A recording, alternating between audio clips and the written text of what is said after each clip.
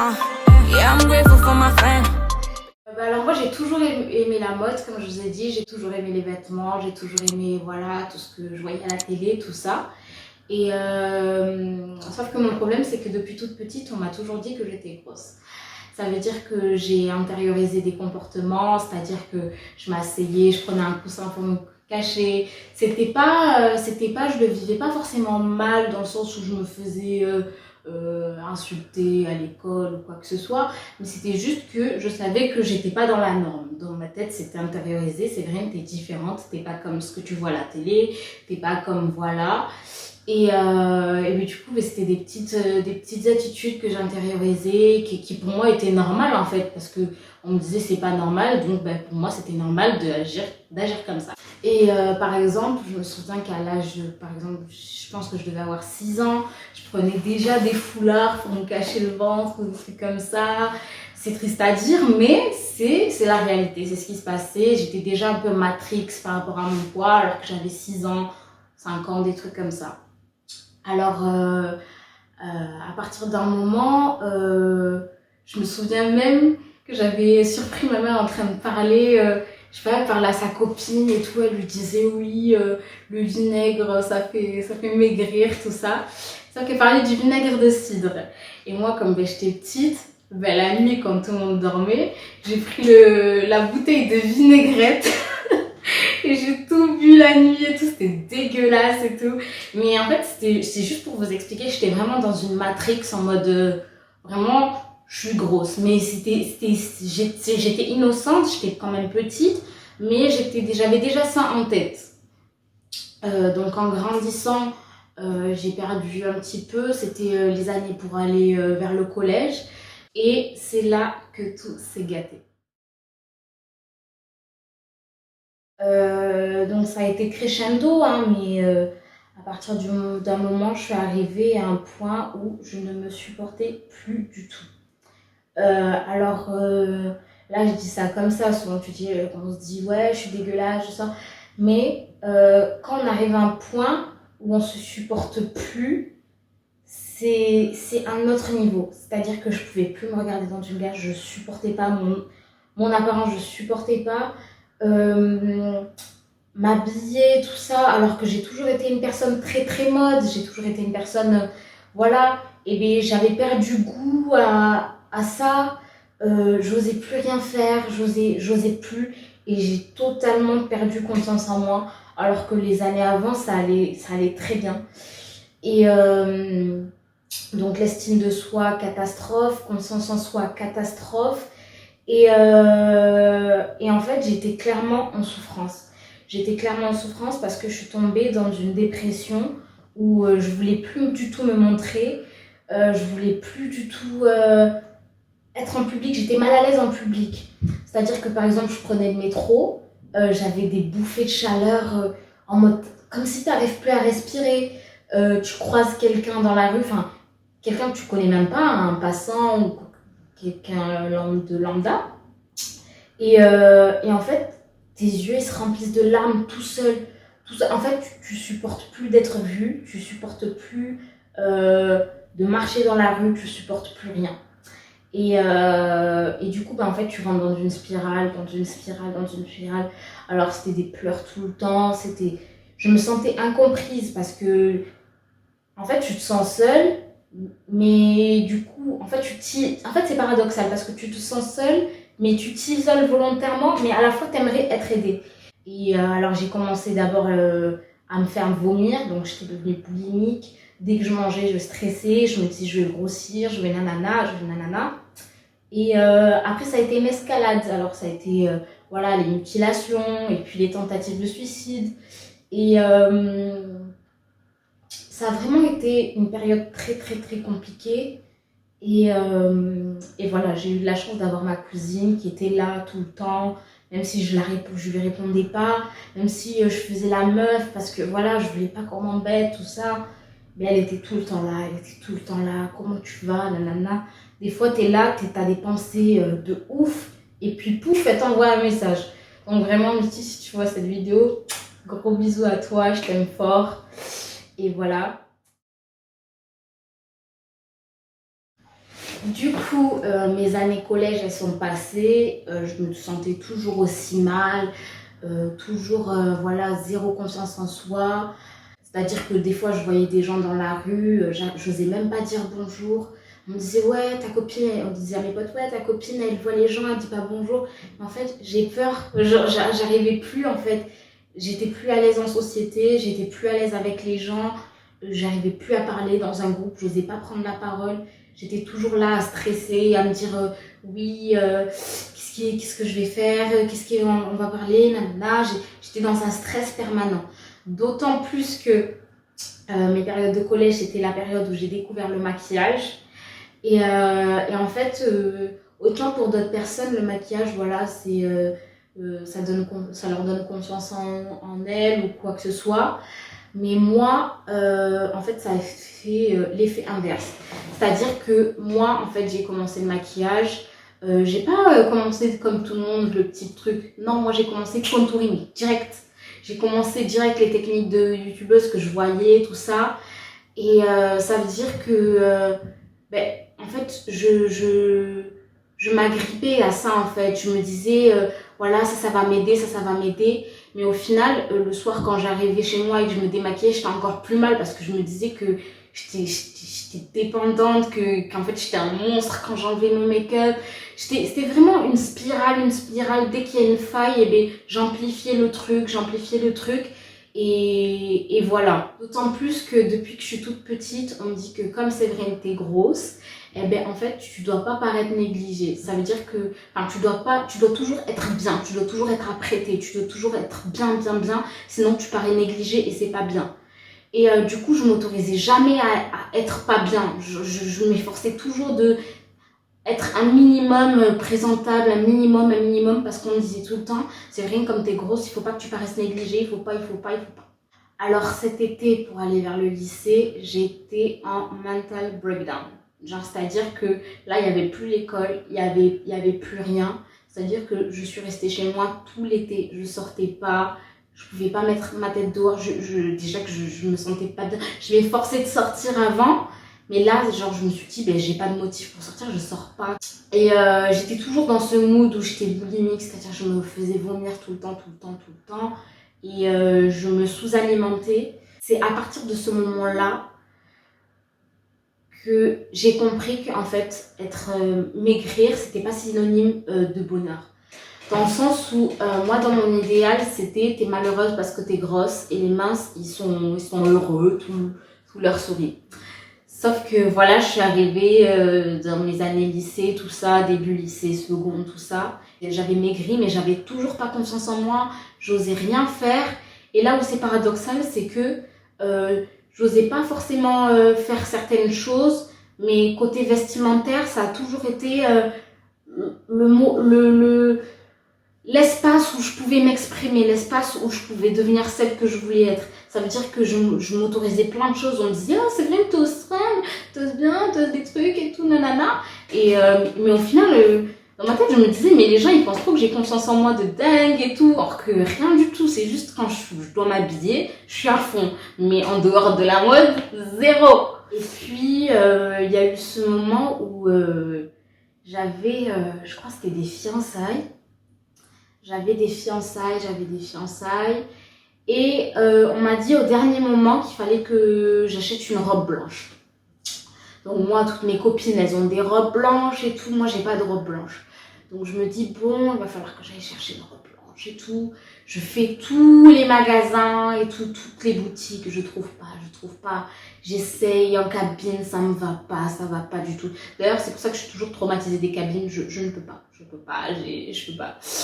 Et du coup, je cherche une robe et tout. J'étais fatiguée et tout, j'étais au bout de ma vie. Au bout d'un moment, je vais à H&M, je trouve une petite robe blanche. Je me dis, bon, c'est pas trop mon style, mais c'est pas grave. C'est juste pour les fiançailles, je vais faire juste l'entrée et tout. Et après, c'est bon, je pourrais me changer et tout, machin. Donc, on arrive au jour des fiançailles, enjaillement avec mes copines et tout, on se prépare et tout. Et puis là, on arrive à la salle et tout. Et en fait, je croise une grande à moi et elle éclate en fou rire. fou rire total. Je me dis, mais oh. Elle me dit, mais Séverine, t'es dégueulasse et tout. Mais pourquoi t'as mis ça? Pourquoi t'es comme ça? Mais ça te va pas, regarde comment t'es boutinée, mais pourquoi t'as mis ça et tout? Et en fait, je reste figée, je parle pas, et il y avait une autre grande à moi qui dit, mais arrête et tout, je l'ai vue en ville et tout, elle galérait à trouver une robe blanche et tout, machin et tout. Elle dit, ah non, mais là, c'est pas possible et tout, regarde comment elle est et tout, machin. Et je vous jure que j'ai éclaté en sanglots. En fait, pour moi, c'était trop. Vous voyez, quand vous subissez trop de pression, que vous faites des régimes depuis que vous êtes petite, et que là, vous faites l'effort, parce qu'on vous dit que vous devez être tout le temps bien, vous faites l'effort, vous voulez juste être jolie, en fait. Je voulais juste être jolie, je voulais juste être comme mes copines, je voulais être juste belle, en fait, avec ma petite robe blanche. Je savais que c'était pas forcément mon style, je savais que c'était pas le truc qui me mettait le plus en valeur. Mais voilà, je voulais juste être jolie, j'avais fait des efforts parce que toute ma vie, on m'a dit, tu dois faire des efforts. Je fais des régimes tout le temps. Et à partir de ce moment-là, ça n'a pas été le déclic, mais ça m'a fait tilt. Je me suis dit, en fait, je suis fatiguée.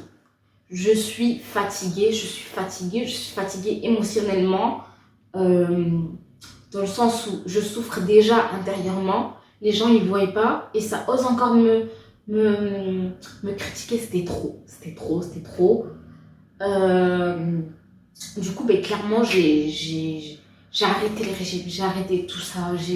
En fait, clairement, j'ai commencé à négliger mon corps. Et donc ensuite, j'arrive à ma période où je quitte le lycée et que je commence mon BTS. Alors mon BTS, j'ai dû partir dans une autre ville, une petite ville. Alors déjà, il faut savoir que moi, je suis une personne, j'ai toujours été très entourée. C'est-à-dire que même quand je vous parlais de solitude, c'est un truc paradoxal parce que tu peux être entourée de plein de personnes et tu te sens seule quand même. Mais moi, voilà, j'ai toujours été très entourée, que ce soit famille, amis. J'ai jamais eu de problème pour me faire des amis ou quoi que ce soit. Et je suis arrivée dans une ville, je parle à personne, j'ai pas d'amis. Voilà, je reste chez moi et tout. Et en fait, je pense que c'est la meilleure chose qui me soit arrivée. Dans le sens où j'ai pris le temps de faire une introspection. Déjà, ça a commencé les premiers jours où je suis arrivée. Je me suis posée et tout, je faisais mon petit rangement, comme c'est le déco et tout. Et je me dis, je vais regarder mes photos de l'époque et tout, machin et tout. Et il faut savoir que j'avais repris quand même au niveau de mon poids. J'avais pris quand même. Et je regarde mes photos et tout, et je dis, mais j'étais pas grosse. En fait, genre, je regarde et je me dis, mais en fait, comparé, au moment où je regardais, je me disais, mais comparé à comment je suis maintenant, mais j'étais bien.